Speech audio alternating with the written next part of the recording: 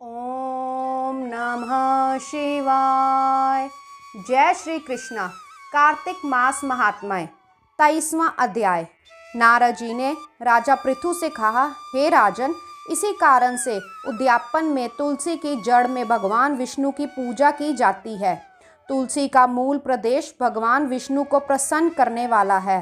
हे राजन, तुलसी का पौधा जिस घर में विद्यमान है वह घर तीर्थ स्वरूप है और उस घर में यम के दूत कभी नहीं आते। सब पापों का नाश करने वाला, अभीष्ट फल को देने वाला है। जो मनुष्य तुलसी का पौधा लगाता है वह यमराज को नहीं देखता। भगवती नर्मदा का दर्शन, गंगा स्नान व तुलसी के पौधे का संसर्ग, ये तीनों एक से पुण्यप्रद हैं।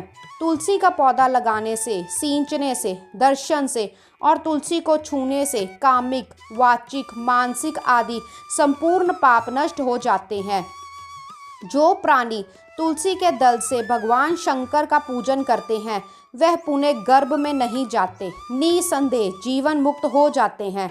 तुलसी के दल में पुष्कर आदि समस्त तीर्थ, गंगा आदि संपूर्ण नदियाँ और विष्णु प्रभृति सब देवता निवास करते हैं। तुलसी के साथ अर्थात तुलसी के पास जो अपना प्राण विसर्जन करता है वे चाहे कितना बड़ा पापी क्यों ना हो, उसको यमराज नहीं देख सकते। हे राजन, जो लोग तुलसी के काष्ठ का चंदन लगाते हैं वे सहज ही मोक्ष को प्राप्त हो जाते हैं। उनके द्वारा किए गए पाप भी उनके शरीर को स्पर्श नहीं कर पाते। हे राजन, जहाँ तुलसी के वन में छाया हो वहाँ पर पितरों के निमित्त दिया हुआ दान सर्वदा के लिए अक्षत होता है। हे राजन, आंवले के वृक्ष की छाया में जो प्राणी पिंड दान करते हैं उनके पितर यदि नरक की यातना भी भोग रहे हो तो भी मुक्त हो जाते हैं। सिर, हाथ, मुंह और देह में जो आंवले को धारण करते हैं उनको विष्णु रूप जानना चाहिए।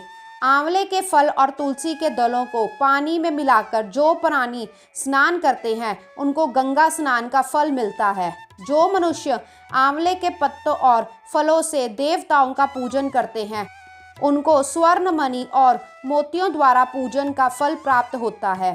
कार्तिक मास में सब तीर्थ, ऋषि, देवता और सब यज्ञ जब सूर्य तुला राशि में होता है आंवले के वृक्ष में वास करते हैं।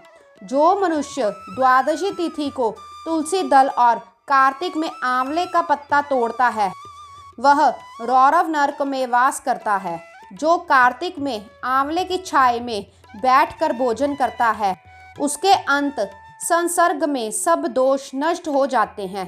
कार्तिक मास में जो आंवले की जड़ में भगवान विष्णु का पूजन करता है उसको श्री विष्णु क्षेत्रों में पूजन का फल प्राप्त होता है।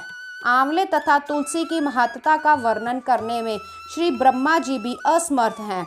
इसीलिए धात्री और तुलसी जी की जन्म कथा सुनने से मनुष्य अपने वंश सहित मुक्ति प्राप्त करता है। जय श्री कृष्णा। ओम नमः शिवाय।